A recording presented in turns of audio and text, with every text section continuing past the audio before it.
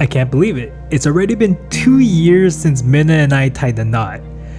Unfortunately, this is also our second time celebrating this milestone during the pandemic, but we were also fortunate enough to visit our old wedding venue for a nice dinner.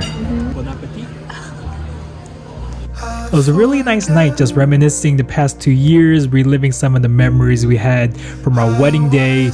And in order to maximize the days that we have together before Anna gets here, we decided to go on a little picnic date.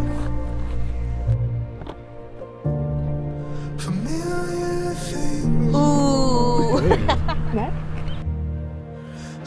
Are you making a Q&A video? I might be. Who wants to listen to us? These are all questions that I got from Instagram. Oh, really? Mm-hmm. People What did you messaged me look? questions.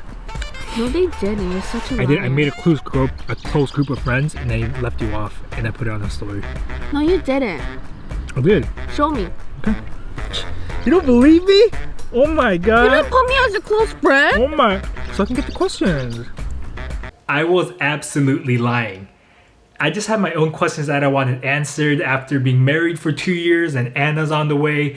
I just wanted to get the inside scoop of what was going on in Minna's head and how she was feeling, and continue.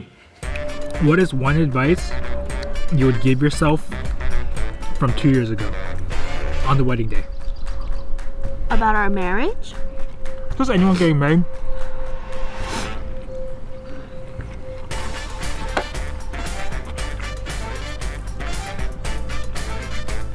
Don't do it. I'm just kidding. Marry your best friend. Aww. Right? I'm your best friend. No, that's why I'm telling them to marry. This was supposed to be a cute date. That's messed up. Am I not your best friend? You are my best friend. Exactly. You're my only friend. Yikes. What's one thing... You actually did it? Yeah.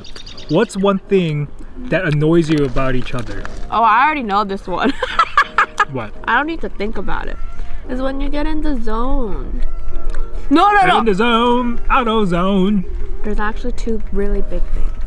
Like when Danny gets in his zone, he like in zone meaning like very, very focused. Like it's very difficult to get him out of that. Not a good thing. No, but then sometimes like when I need you or I need you to like help me with something, it takes you a while to respond back to me. And I try not to get angry. And the second thing is you leave random stuff everywhere. Okay, full transparency, she has a real good point here. I don't understand.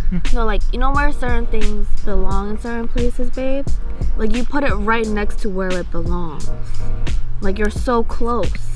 Those are the two biggest things I think. What about you? Keep touching my This was a good question. I had to screen some of the questions. Some of them were inappropriate. When you two fight, who says sorry first? And if you don't, how do you resolve your arguments? No, serious question while I'm eating. Who says sorry first? I think we're both good at saying sorry. Right? I think so. But I think you calculate whether or not it's worthy enough for you to bring up. Huh? Like you let it simmer a little bit. I was politely trying to say she's being passive aggressive. Should I bring this up or not? And then I have to keep asking you, what's going on? Something bothering you? Okay, Right I here only it comes do out. that because I'm trying to be very careful with the way I speak. Because I don't want to come out so aggressive or just out of my emotions. I do the same though. Do you? Why not? But I think we're both pretty good at saying sorry. Well, what's the second part? Oh, how do you resolve the argument? How do you resolve it? Both of us make an effort to talk about what happened. I think that's what we've gotten better at. Where if something's bothering us, we might not talk about it at that moment, but then within a day, I think we'll be like, hey, let's talk about it. And then we'll kind of talk about how like we've both felt during that situation. I think my way of answering that question would be I guess both of us need to understand that you shouldn't be on opposite sides, but rather if you're gonna fight for something and fight towards something rather than each other. Because typically we're both kind of trying to get to the same goal, but then how that's communicated might be a little different. And I think once we understand that we both want what's best for each other, that's when the fight starts changing directions into something constructive rather than destructive. So what is the most exciting thing for you guys as a couple with having Anna? And what's the biggest fear that you have? I think the biggest thing I'm looking forward to is seeing you as a father. Me too. I think, yeah. Seeing you as a mom. Because that's one side I never got to see about you. Like being a mom and I was like... gonna say that. Like that's a different side of you that I've never experienced. Yeah. Like I've seen college you. I've seen young adult you. I've seen married you. Yes. I think father you. That sounds really weird. Father. Anna, I am your father. Oh my gosh. But yeah, I think seeing you become a father is something that I'm really excited to see. Yeah. Something that scares me, I'm gonna wreck this child. I'm gonna screw her up so Fair. bad. So I'm excited to see you as a mother, but I'm also excited to see how we develop as parents. I think that's like a different layer of, you know how we're like boyfriend, girlfriend, husband, wife, and now we're mom and dad. I think that's gonna make our relationship a lot more different. I think we're gonna either be very good at being like team oriented and getting stuff done around the house, or we might fight. Honestly, probably the latter. This is last question. What is one advice you would give married couples in keeping the romance and fun alive? I think definitely having date nights. Right? It's getting a little chilly, guys. Wait for the wind to blow over.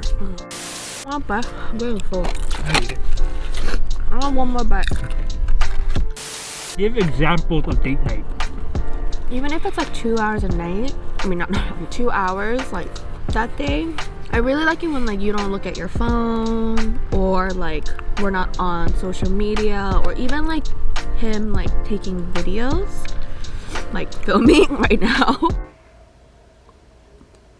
on our date. Oh, thank you. I think that's really important to me because I think I'm a very big quality time person with you. I think just having those kind of times where it's just you and me to get away, I think is like a really big one for me. I'm a very affectionate person. It sounds weird, but we will still like flirt with one another. Would you consider that flirting?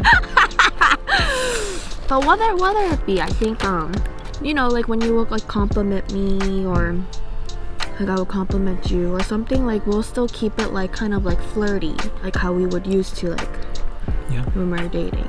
I was gonna say just be present, and what that looks like is especially when you're on dates, keep your phone away. Because I read this study somewhere where it's like when you're eating dinner and there's like a phone on the table, psychologically you think there's a third person there. So just like put your phone away, just be present, just talk. Social media can wait. You can always catch up on Twitter and stuff after. That'll probably be my biggest thing in terms of like, because it's those small moments in the date that you're gonna miss when you're on your phone. Like just talking and you're recalling a memory or something, like that won't happen if you're getting that other stuff. So that was probably like my biggest tip in terms of like keeping the fun and romance alive. And I think be goofy. I think what got us through quarantine, like being inside all the time, is that we're just goofy as hell. You know? Like be undignified with each other, have fun. Okay, but for me personally, I kind of like, I am undignified in front of you, but then also I realize like I should be a little bit more dignified. Like getting ready for a date, or even when we're home, like sometimes like when I'm like really lounging, sometimes I catch myself in the mirror, I'm like, oh. It's like, but I'm like that too. Yeah, and I think like of course that's fine, and that's like the beautiful part of marriage too. But I think some days of the month, like I would want to put more effort, and just like the way like I would get ready for a date when I'm with you, and I think that's important. Like, you know, that's all the questions. Oh wow. Thank you for attending our Q&A.